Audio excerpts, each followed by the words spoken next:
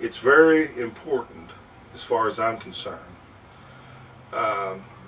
to not judge between good and evil.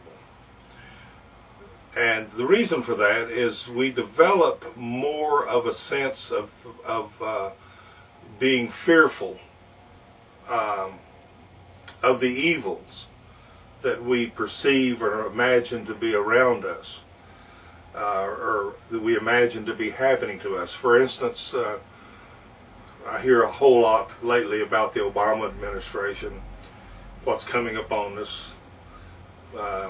Heard somebody the other day say that we're heading for socialism. Oh God! And there was a real fear in the heart of the person that was talking about it.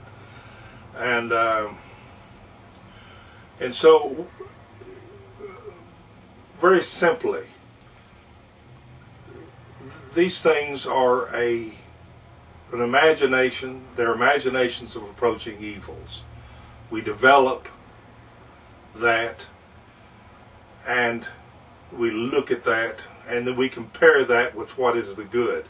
Well, if the bad is what Obama is doing, then the good is what the other party would be doing if they were in power.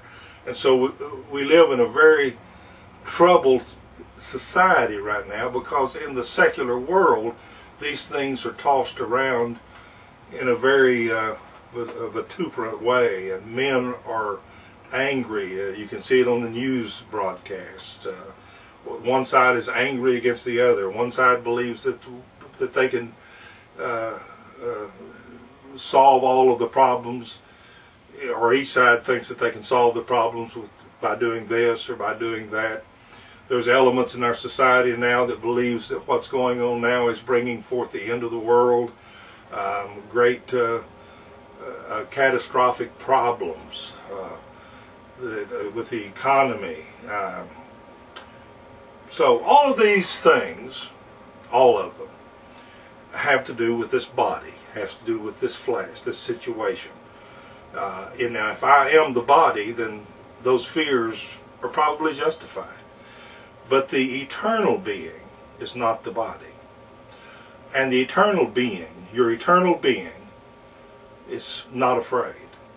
Your eternal being sees no difference between good and evil. It's not afraid of approaching catastrophes, because nothing of your eternal being, nothing of those situations, none of those situations mean anything to your eternal being. If we live in eternity, and if our consciousness is awake to our eternal being, all of those fears goes away. Good and evil goes away. It disappears.